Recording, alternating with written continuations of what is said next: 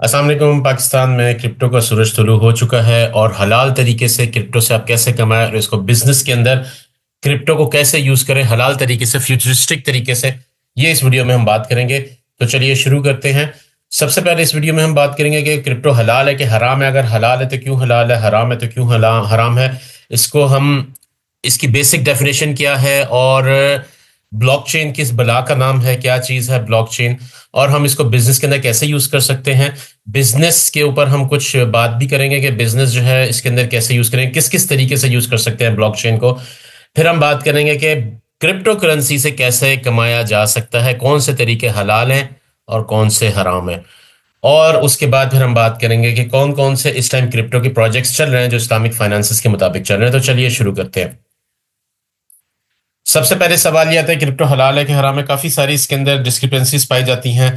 बहुत सारे उलमा उसको हराम कहते हैं लेकिन कुछ हलाल भी कहते हैं। हलाल कहने वालों में इंडोनेशिया के हैं जो मुफ्ती मुफ्ती साहिबान हैं, उसके अलावा शरिया एडवाइजर मुफ्ती यूसुफ सुल्तान साहब है, मुफ्ती मोहम्मद अबू बकर हैं इंडोनेशिया के। ये सब कहते हैं कि अगर आप इसके अंदर जुआ ना खेलें, स्पेकुलेशन से बचें, तो ये हलाल है और इसको कुछ माल की किस्म भी कहा जाता है। और जो हराम कहते हैं उनका कहना यह है कि ये हाईली वोलेटाइल है, इसके अंदर जुए की एक शक्ल पाई जाती है, गरर पाया जाता है, मैसर पाया जाता है, मतलब जुआ पाया जाता है, जुए की शक्लें पाई जाती हैं। और दूसरी बात, एक चीज के जुआ पाया जाता है, दूसरी चीज कि ये किसी गवर्नमेंट ने बैक नहीं किया हुआ, इसको गवर्नमेंट ने इसकी कोई अथॉरिटी नहीं ली हुई, तो ये हवा के अंदर ही चीज है। तो इस वजह से ये हराम है। हराम होने की दो रीजंस मेजर बताई जाती हैं। अगर ये दो रीजंस खत्म कर दी जाए तो ये बजाते खुद एक टेक्नोलॉजी है, एक हलाल हो जाती है। पाकिस्तान के अंदर क्या हुआ अभी रिसेंटली, पाकिस्तान ने पाकिस्तान क्रिप्टो काउंसिल बनाई गई है जिसके सदर साकिब बिन बिलाल साहब हैं। और ये जो है क्रिप्टो के ऊपर काम करेंगे और इसके अंदर ये होगा कि गवर्नमेंट जो है क्रिप्टो को जो है वो बैक करेगी। तो गवर्नमेंट के बैक करने से, क्रिप्टो के बैक करने से एक जो एक एतराज जो था उलमा हजरात का कि ये किसी गवर्नमेंट ने बैक नहीं किया, वो ख़त्म हो जाएगा। अगर गवर्नमेंट के अंडर आ जाएगी तो एक करेंसी की सूरत अख्तियार कर जाएगी, तो ये हलाल होने की तरफ पहला कदम होगा इसका। और इसके अलावा हम ये भी देखेंगे कि काफ़ी सारी सूरतें ऐसी हैं जिसके अंदर गरर नहीं पाया जाता क्रिप्टो के अंदर ही, तो आप उसको यूज़ करते हुए हलाल तरीके से अर्निंग कर सकते हैं। उलमा हजरात से गुजारिश है कि अगर मैं गलत बात करूं तो मुझे कमेंट्स में लाजमी तौर पे मतनब्बे करके सही कर दें, मैं उसको फौरी तौर पर रुजू कर लूँगा। ये मैंने अपनी जो इन्फॉर्मेशन है ये मैंने मुख्तलिफ फतावा पढ़ के और अपनी तौर पर रिसर्च करके ये सारी चीज़ें लिखी हैं। और अगर कोई इसके अंदर बेकायदगी पाई जाए तो मुझे मुतनब्बे किया जाए। बहरहाल मेरे ख्याल से ये चीज़ें इस तरीके से ठीक हैं।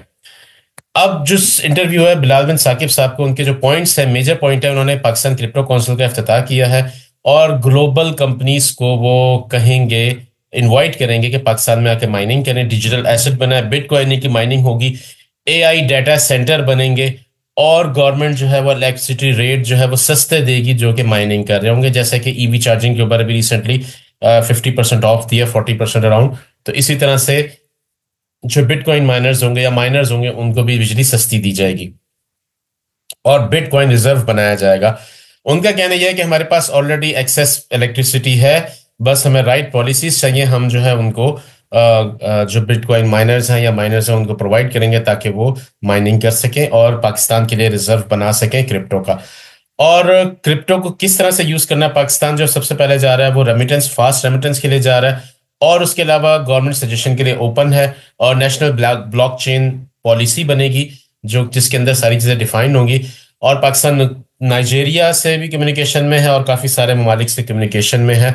पाकिस्तान को वेब 3 का हब बनाया जाएगा और उसके बाद रेमिटेंसेज और वेब 3 का कैपिटल बनाया जाएगा। ये सारी चीज़ें जो हैं पाकिस्तान, गवर्नमेंट ऑफ पाकिस्तान के जो है वो प्लान के अंदर मौजूद है।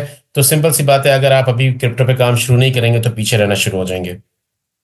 अब क्रिप्टो करेंसी चीज क्या है? क्रिप्टो करेंसी आप समझ लें डिजिटल मनी है। सिंपल अल्फाज में, हम बहुत ज्यादा डिटेल में नहीं जाते, जिसके अंदर ऐसी डिजिटल मनी है जिसको आप डायरेक्ट ट्रांसफर कर सकते हैं कैश की तरह, बैंक इसके अंदर इन्वॉल्व नहीं होते, सिक्योर है, बहुत ज्यादा प्राइवेट है। और बिटकॉइन सबसे पहली क्रिप्टो करेंसी थी और मोस्ट पॉपुलर भी वही है। इसकी प्राइसेस अप डाउन जाती रहती हैं जैसे आम फियाट करेंसी की जाती हैं ऊपर नीचे, इसी तरह की से इसकी भी प्राइसेस ऊपर नीचे जाती रहती हैं। इसको इन्वेस्टमेंट्स और पेमेंट्स के लिए यूज किया जा सकता है। और क्रिप्टो जो है ब्लॉकचेन टेक्नोलॉजी के ऊपर रन करती है। ब्लॉकचेन क्या है? एक डिजिटल खाता है, एक डिजिटल रिकॉर्ड है जिसके अंदर ब्लॉक्स ऑफ डाटा होता है और आप जो है जब भी नया जो है वो ब्लॉक ऐड होता है वो पिछले ब्लॉक से कनेक्ट हो जाता है, जो कि एक अनब्रेकेबल चेन बना देता है। और ये अनचेंजेबल होता है। हम देखेंगे क्यों अनचेंजेबल है, कोई इसको चेंज क्यों नहीं कर सकता। इसके अंदर कोई सेंट्रल अथॉरिटी नहीं होती। क्रिप्टो करेंसीज के लिए यूज होता है और ट्रांसपेरेंट होता है।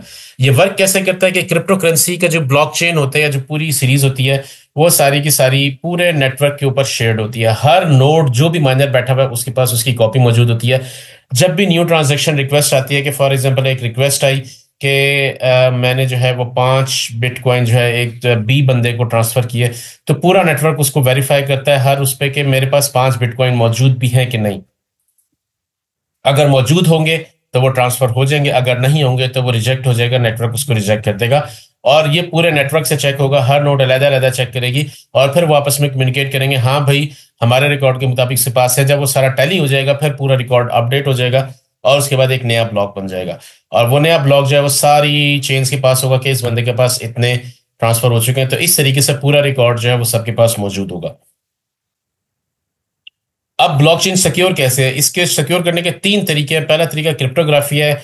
जो भी ब्लॉक है वो हैश्ड होता है, वो जो है आपका क्रिप्टोग्राफी के जरिए सिक्योर किया जाता है, जिसको तोड़ना ऑलमोस्ट नामुमकिन है इस टाइम, नहीं टूटे जा सकते। दूसरा उसकी सिक्योरिटी है कि पूरे नेटवर्क के ऊपर उसकी कॉपी मौजूद होती है।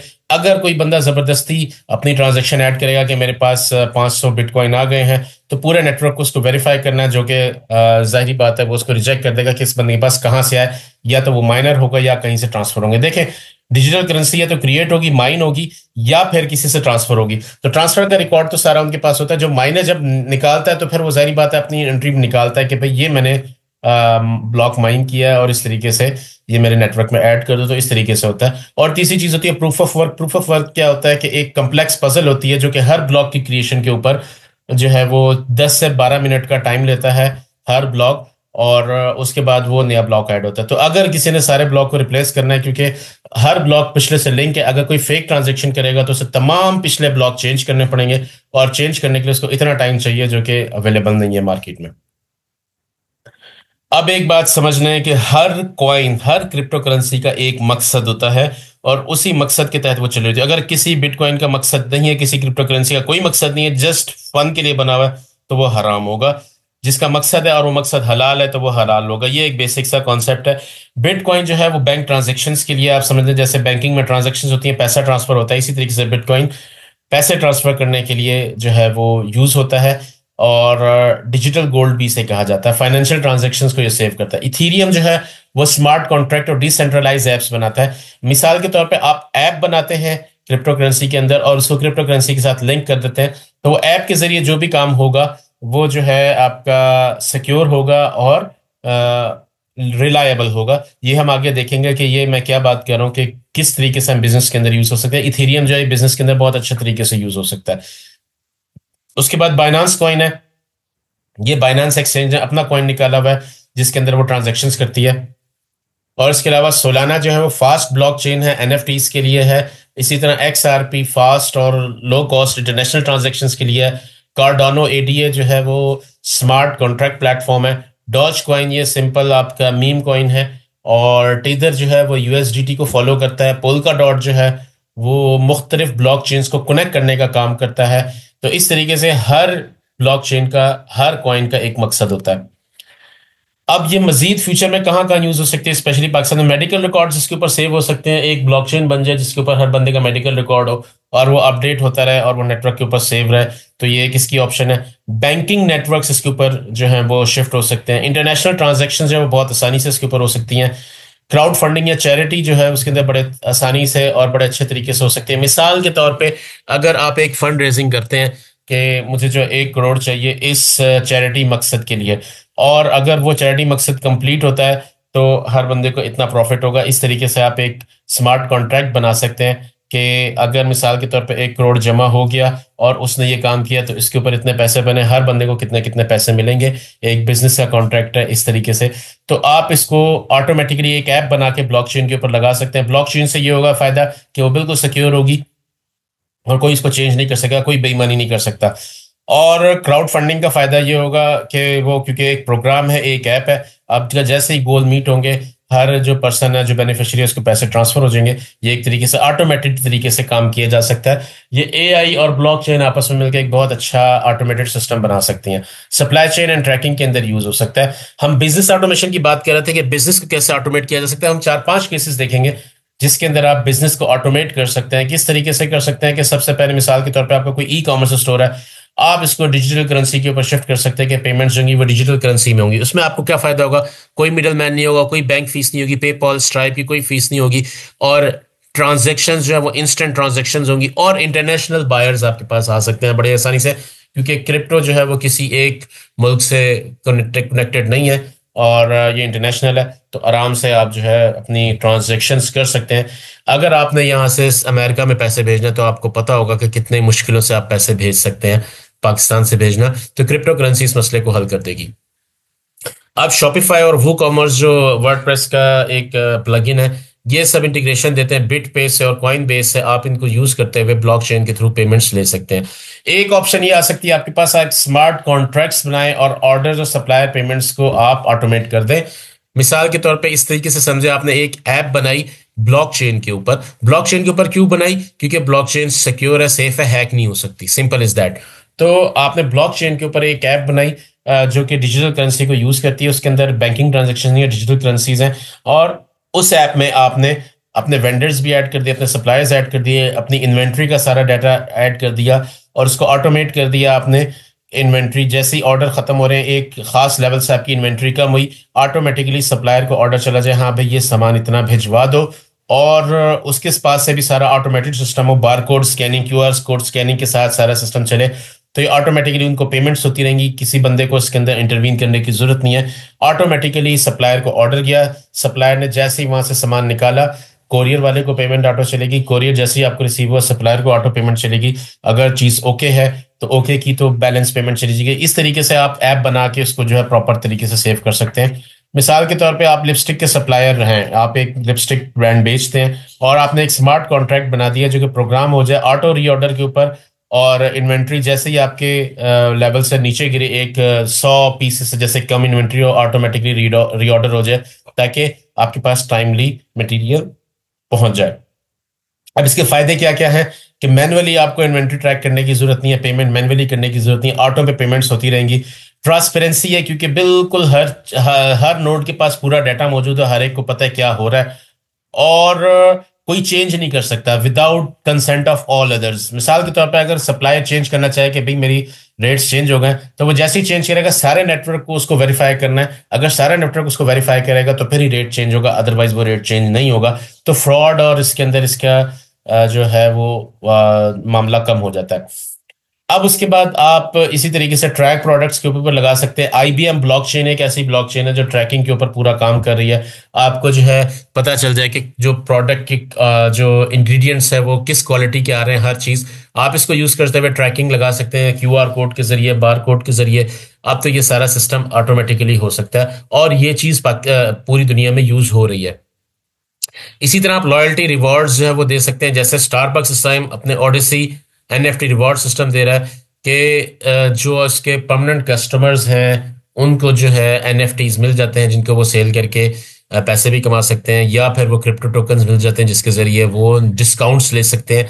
ये सारी चीजें आप इसके जरिए कर सकते हैं। इसके अलावा आप ऑटो पेरोल भी कर सकते हैं। कस्टमर जो एम्प्लॉयज हैं उनका सिस्टम ऐप के जरिए आप कनेक्ट करते हैं ब्लॉकचेन के ऊपर, तो जो बंदा जितना काम किया उसने जितने टास्क किए उसी हिसाब से, या फ्रीलांसर्स जैसे हैं, फ्रीलांसर्स के टास्क आप उनके साथ अटैच कर दें कि फ्रीलांसर्स ये टास्क कर लिए तो उसको इतनी पेमेंट हो गई, ये टास्क कर लिए तो इतनी पेमेंट हो गई। तो इस तरीके से आप प्रोग्रामिंग के जरिए सारा काम कर सकते हैं, कोई इतना बड़ा मसला नहीं है। बिड, वेज और डील ये है, ये सारी चीजें ये मॉनिटर कर रहे हैं। उसके अलावा आप इन्फ्लुएंसर्स को भी इसी तरीके से कर सकते हैं कि मिसाल के तौर पर आप उनके साथ स्मार्ट कॉन्ट्रैक्ट बना लें, एक ऐप बना लें कि अगर आपकी इंगेजमेंट फेसबुक, व्हाट्सएप और टिकटॉक, इंस्टा के ऊपर 1 मिलियन लाइक्स आ गए तो इतनी पेमेंट होगी, 1 मिलियन व्यूज आए तो इतनी पेमेंट होगी। क्रिप्टो के अंदर वो ऑटो ट्रांसफर होते रहे। ये सारे काम आप ब्लॉकचेन और क्रिप्टो की टेक्नोलॉजी के जरिए कर सकते हैं इजीली। एनएफटीज जो है आप दे सकते हैं अपने एक्सक्लूसिव प्रोडक्ट ड्रॉप्स और वीआईपी मेंबरशिप्स के लिए। एनएफटीज बना सकते हैं, जैसे गुची और लॉरेल जो है वो अपने वीआईपी ब्रांड्स हैं वो आमतौर पर एनएफटी से निकालते हैं। एनएफटी क्या चीज है? एनएफटी आप समझ लें एक यूनिक जो है वो ब्लॉकचेन का सिस्टम है, यूनिक प्रोडक्ट है जो कि सिर्फ एक ही बंदे के पास हो सकती है या लिमिटेड क्वांटिटी है, तो वो एनएफटी ब्लॉकचेन के थ्रू वेरीफाई होगी कि हाँ भाई ये सारी चीज़ें जो हैं वो अथेंटिक हैं और इसमें दो नंबरी नहीं हो सकती।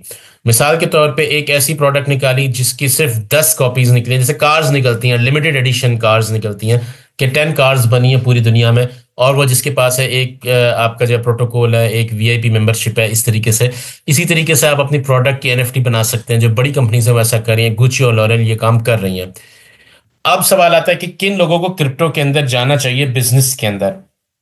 सबसे पहले जिनके इंटरनेशनल बायर्स हैं पाकिस्तान में रहते हुए, उनको क्रिप्टो के ऊपर शिफ्ट होना सबसे ज्यादा फायदेमंद होगा, क्योंकि उनकी ट्रांजेक्शन है वो बड़ी आसान हो जाएंगी, उनकी ट्रांजेक्शन फीस बहुत कम हो जाएगी, इस चीज में बड़ा फायदा होगा।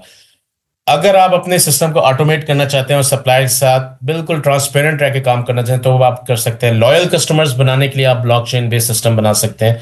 और फ्रीलांसर्स के साथ अगर आपका काम और इन्फ्लुएंसर्स के साथ अगर आपका काम ज्यादा है, तो फिर आपको क्रिप्टो के ऊपर शिफ्ट होना जो है वो आसान रहेगा, आपको फायदा होगा इन चीजों से। पाकिस्तान के अंदर क्या क्या चीजें जैसे आ रही हैं, ब्लॉकचेन है, वेब 3 है, एनएफटीज हैं, एआई डाटा सेंटर्स, ये चार चीजें जो है पाकिस्तान के अंदर जो है वो आ रही हैं पीसीसी के मुताबिक। अब हम बात करेंगे कि आपने माइन कैसे करना है। हम सबसे पहले पैसा कमाने कैसे हैं, हलाल तरीके से कौन कौन से तरीके तरीके कौन कौन से हैं, हलाल तरीके कौन से हैं। सबसे पहला जो तरीका आम तौर पे लीगल समझा जाता है वो है क्रिप्टो की माइनिंग। क्रिप्टो की माइनिंग का मतलब ये है कि आप एक अपनी नोड बना लेते हैं, नेटवर्क के अंदर ऐड हो जाते हैं, आपको जो भी ट्रांजैक्शन है उसको जो है वेरीफाई करना है, जैसे कि पहले हमने बात की थी, और वेरीफाई करके जो है उसका पजल सॉल्व करनी है, प्रूफ ऑफ वर्क डालना है, और उसकी कॉपी आपने वेरीफाइड नेटवर्क के ऊपर शेयर कर देनी है। तो ये काम आपने खुद नहीं करना होता, ये प्रोग्राम्ड माइनर आते हैं जिनको माइनर कहा जाता है। एक माइनर की कीमत 15 लाख से 20 लाख के दरमियान शुरू होती है, इस तरीके से है। तो एक सेटअप लगाने के लिए आपको कम से कम 25 लाख रुपया चाहिए, 2.5 मिलियन रुपीज। और उनकी बिजली की कॉस्ट और एसी क्योंकि उनके लिए चाहिए होगा, वो सब मिल मिला के तकरीबन 3,000 यूनिट आपको जो है वो पर मंथ कॉस्ट पड़ेगी बिजली की। और इलेक्ट्रिसिटी कॉस्ट जो है वो तकरीबन आपकी जब 3,000 यूनिट का तकरीबन 2 से 2.5 लाख के दरमियान बिल होगा आज के रेट के मुताबिक। तो अगर गवर्नमेंट ने इसके अंदर सब्सिडी दे दी तो अलहदा बात है, लेकिन आज के रेट के मुताबिक बात करूं, अगर आप एक माइनर लगाएंगे और एक एसी लगा के काम चलाएंगे तो फायदा नहीं होने वाला। आपको 40-50 हज़ार रुपए आप कमाएंगे और 2-2.5 लाख रुपए आपका बिजली का बिल आ जाएगा, जो कि बिल्कुल भी फायदेमंद नहीं है। अब हम देखते हैं कि इसको आप फायदेमंद कैसे बना सकते हैं। खर्चा थोड़ा सा ज्यादा होगा उसमें, क्या कि आपको सोलर लगवाना पड़ेगा। तकरीबन 19 लाख का सोलर, 20 किलोवाट का आप सोलर लगवाएं और सेटअप लगाएं 3 माइनर का, वो तकरीबन टोटल कॉस्ट आपको सोलर के साथ मिला के 50 लाख के नजदीक पड़ेगी। सोलर का फायदा ये होगा, ऑन ग्रिड सिस्टम होना चाहिए, बैटरी वाले की जरूरत नहीं है, बैटरी वाला महंगा पड़ता है। ऑन ग्रिड सिस्टम हो, 20 किलोवाट का सिस्टम हो, और ये आपको एसी वगैरह की कॉस्ट के साथ हर पूरे पाकिस्तान के अंदर 9 रुपए का यूनिट देगा 5 साल के लिए, तकरीबन ये एवरेज बनती है। और एक माइनर जो है वो 30 यूनिट तकरीबन दिन के अंदर यूज करेगा, जो कि आपका डे लाइट के ऊपर जाएगा। बाकी के यूनिट जो हैं वो शाम के अंदर जाएंगे, जो कि हम कैलकुलेट करते हैं। तो इन शॉर्ट बहुत ज़्यादा डिटेल में जाने की ज़रूरत नहीं है, जो कि मैंने कैलकुलेशन की उसके मुताबिक अगर आपने 3 माइनर लगाए हो और आपका जो है टोटल बिल जो आएगा वो 6,000 यूनिट का आएगा। उसकी रीज़न ये है कि रात में 200 यूनिट आपका जो है वो रोज़ के खर्च होंगे, 6,000 यूनिट का बिल होगा। दिन में तो आपके माइनर जो है वो ऑटोमेटिकली सोलर के ऊपर चल रहे होंगे, तो अराउंड 6,000 यूनिट का बिल आएगा, जो कि 3,35,000 का होगा। और आपने दिन में भी कुछ यूनिट बचाए होंगे लाजमी तौर पे, जो कि 20 किलोवाट का सिस्टम जो है वो तकरीबन 120 यूनिट बनाता है, और एवरेज बनाएगा 120 यूनिट। और आपकी जो 3 माइनर है वो 90 यूनिट है, तो 30 यूनिट रोज के आपकी वो सेविंग हुई। तो 3 लाख के अराउंड अबाउट आपका बिल, या 2.5 लाख से 3 लाख के दरमियान बिल आपका रहेगा। लेकिन जो आपकी प्रोडक्शन होगी, अगर 60,000 जो कि एक एवरेज रेट पिछले दिनों चल रहा था, अगर बनाया जाए 60,000 का, तो आपको जो प्रॉफिट होगा after deduction of electricity expenses वो 63,000 रुपये होगा। मतलब ये आपका प्रॉफिट होगा 63,000 रुपये पर मंथ, अगर 60,000 रुपये चल रहा है। लेकिन अगर हम अब का हिसाब देखें, 82 के ऊपर चल रहा है आजकल बीटीसी, और ऊपर बढ़ता ही जा रहा है, रोज के बढ़ रहा है, और आगे इसने बढ़ना भी है, क्योंकि उसकी रीजन है कि गवर्नमेंट ऑफ अमेरिका ने अपना रिजर्व बैंक बनाने का ऐलान किया, और मुख्तलिफ ममालिक जो इसको as a reserve currency use करना शुरू कर रहे हैं, तो इसने ऊपर ही जाना है, इसके लिए अच्छी खबर है। तो जैसे 82 पे है तो आपको 2 लाख का पर मंथ प्रॉफिट हो रहा है, 5.5 लाख आप कमा रहे हैं, जिसमें से 2.5 से 3 लाख बिजली का बिल जा रहा है, तो अराउंड 2 लाख आपको प्रॉफिट हो रहा है। तो आप इस तरीके से जो है वो 3 से 4 साल के अंदर अपना सारा जो सेटअप है वो पूरा कर लेंगे। ऑन ग्रिड सिस्टम की जो लाइफ होती है वो 20 साल होती है। इन्वर्टर जो हो सकता है आपको 5-6 साल बाद चेंज करना पड़े, तो वो कॉस्ट मिल मिलाए तो आपको आगे जाके फायदा ही होगा। तो ये एक बेसिक सा इसका तरीका है। ये तो था पहला तरीका, माइनिंग, जो सबसे कम्प्लेक्स तरीका है, और ये हलाल भी है क्योंकि इसके अंदर आप मेहनत कर रहे हो, मेहनत करके आप जो है ब्लॉकचेन बना रहे हैं, और जो क्रिप्टो आपको मिल रही है वो फिर आप कहीं से परचेज नहीं कर रहे, कोई इसके अंदर जुआ नहीं आ रहा, कोई वो नहीं आ रही। तो ये आपको आपकी जो है वो मेहनत का सिला मिल रहा है, सिंपल इज दैट। दूसरा तरीका जो है वो आमतौर पर यूज किया था, ट्रेडिंग और इन्वेस्टिंग।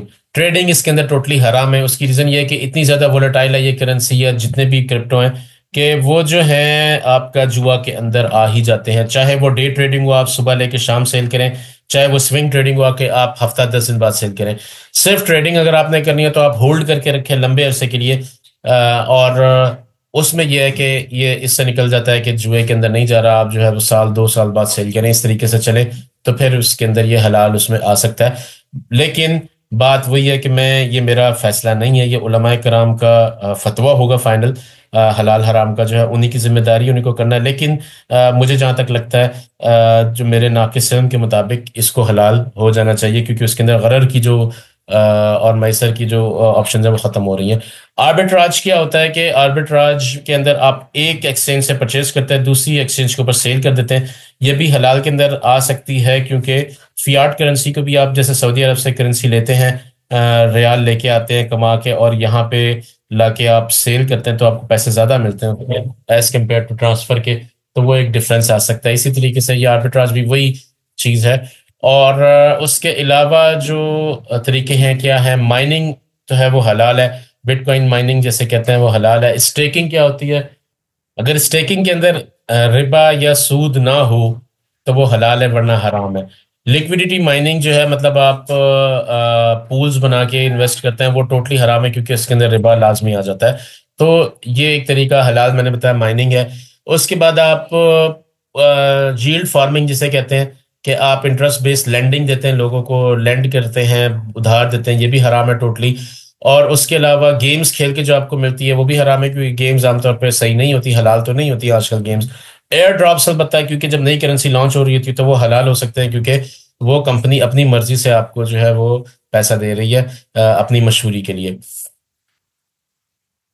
उसके अलावा आप एनएफटीज बना के सेल करें, वो हलाल हो सकता है, लेकिन एनएफटी जो इस्लामी असूलों के मुताबिक हो, कोई ऐसी चीज़ ना हो जिसके अंदर हराम पाया जाए। मिसाल के तौर पे एक नात ख्वाह अगर अपनी नात रिकॉर्ड करके उसको एनएफटी बना के सेल करता है तो वो हलाल होगा, या तिलावत को आप अपनी बना के सेल करते हैं तो वो हलाल होगी।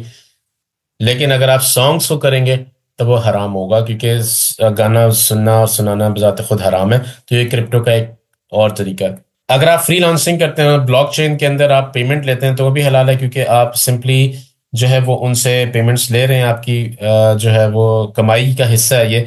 उसके बाद क्रिप्टो कंटेंट क्रिएशन आप करते हैं तो वो भी हलाल है। जैसे मैं क्रिप्टो कंटेंट इस टाइम बना रहा हूँ, क्रिप्टो का ही कंटेंट है लोगों को इन्फॉर्मेशन देने के लिए। एनएफटी डिज़ाइन, अगर एनएफटी आपका जो है वो हलाल है तो वो हलाल होगा, ये तरीका है। आप जो है क्रिप्टो एक्सचेंज खोल सकते हैं जैसे बाइनांस है, लेकिन उसके अंदर सिर्फ हलाल करेंसीज का काम करें तो वो हलाल होगी, अगर हराम का आमेजिश होगी तो वो हराम हो जाएगी। तो ये बात है। क्रिप्टो पेमेंट गेटवे, आप मतलब ऐसा प्लेटफॉर्म बनाएं कि आप क्रिप्टो की पेमेंट्स जो है वो रिसीव करें, वो भी हलाल होगी, क्योंकि वो सिर्फ आप एक चैनल बना रहे हैं। अगर आप अपना टोकन बनाते हैं या अपनी ब्लॉकचेन बनाते हैं तो उसके हलाल और हराम होने का ताल्लुक इस बात के ऊपर होगा कि वो आपने जो बनाया है टोकन, वो किस बेस पे है, हलाल बेस पे है कि हराम बेस पे है। अगर रिबा बेस है तो वो हराम हो जाएगा। तो इन शॉर्ट, हलाल इनकम माइनिंग के अंदर है, स्टेकिंग अगर रिबा फ्री है तो उसके अंदर है, एनएफटी की सेल्स जो है वो हलाल है, फ्रीलांसिंग इसके अंदर करना हलाल है, और एथिकल इन्वेस्टमेंट मतलब आप होल्ड कर करते हैं तो वो हलाल है। हराम जो है वो day trading, swing trading, lending with interest, और जो गैम्बलिंग बेस्ड एनएफटीज हैं वो, स्पेकुलेशन, ये सब हराम है। मिक्स जो है वो भी, उनसे भी बचना चाहिए कि प्ले टू अर्न गेमिंग जो है, गेम के अंदर तो कोई वो नहीं होती। क्रिप्टो एक्सचेंजेस के अंदर आपका मिक्स हो सकता है हराम हलाल, क्योंकि जो भी करेंसी उसके ऊपर आएगी अगर वो हराम है तो वो हराम होगी, हलाल होगी तो हलाल होगी। और लॉन्चिंग का टोकन जो है वो भी डिपेंड कर सकता है कि आप किस बेस के ऊपर जो है वो टोकन लॉन्च कर रहे हैं। अब हलाल क्रिप्टो करेंसीज में बिटकॉइन आ सकती है, इथेरियम आती है, रिपल आती है, स्टेलर, कार्डानो, अल्गोरैंड, ये सारी जो हैं शरिया कंप्लाइंट हो सकती हैं और हैं भी। लेकिन इनको वक्तन फ़क्तन चेक करते रहें कि ये हलाल रही भी हैं कि नहीं है, क्योंकि अगर रिबा ऐड हो गया या आपने इसको गलत तरीके से यूज़ किया तो वो हराम हो जाएगी। बिजनेस आइडियाज़ जो हलाल हैं कौन कौन से हैं? क्रिप्टो पेमेंट गेटवे हैं, market place for Islamic art कह लें, हलाल टोकनाइज्ड एसेट्स कह लें कि आपने जो है एक्चुअल प्रॉपर्टी बेस के ऊपर आप टोकन्स बनाएं क्रिप्टो करेंसी को, इसके ऊपर लैंड की प्रॉपर्टी को क्रिप्टो के ऊपर शिफ्ट करें, ये हो सकता है। स्मार्ट कॉन्ट्रैक्ट डेवलपमेंट आप इसके ऊपर करें कि ऐसी ऐप्स जो ब्लॉकचेन यूज़ करें, ये सारे हलाल आइडियाज़ हैं। इस्लामिक क्राउड फंडिंग आप करें, fund raising for ethical business projects without interest, आप ऐसी ऐप बना के इस क्राउड फंडिंग कर सकते हैं और इसको क्रिप्टो के ऊपर शिफ्ट कर सकते हैं ताकि सारी चीज़ ट्रांसपेरेंट, शफाफ और बिल्कुल सही रहे, चेंज होने वाली रहे। और पैसिव इनकम अगर आप चाहते हैं तो एयर ड्रॉप्स यूज़ करें, और एनएफटी सेल्स के ऊपर आप काम कर सकते हैं कि एनएफटीज जो हैं जब तक सेल होते रहेंगे आपको पैसे मिलते रहेंगे। अब जो प्रोजेक्ट्स चल रहे हैं Islamic finance based crypto project, वो हक नेटवर्क चल रहा है इस टाइम, 1 ग्राम चल रहा है जो कि गोल्ड के ऊपर बेस कर रहा है, एक्स8 करेंसी चल रही है जो कि शरिया कंप्लाइंट है, लेकिन इसको चेक करने की ज़रूरत है। इसी तरह दुबई में एक ईएम कैश के नाम से करेंसी चल रही है। तो अगर आपके पास कोई और इन्फॉर्मेशन है इसके हवाले से तो लाजमी मुझसे शेयर करें, कमेंट्स के अंदर अपने जो ख्यालात हैं वो लाजमी बताएं। मैं 100% सही नहीं हो सकता, मैं क्रिप्टो का जो है वो स्टूडेंट हूँ, लेकिन मैं क्रिप्टो का मास्टर नहीं हूँ। अगर मुझसे कोई गलती हो तो माफ़ कीजिएगा, और अगर मेरी कोई बात गलत हो तो उसकी तस्हीह कीजिएगा, मैं उसको लाजमी तौर पर रुजू करूँगा। मेरे साथ बंदे रहने का शुक्रिया। अल्लाह हाफ़िज़।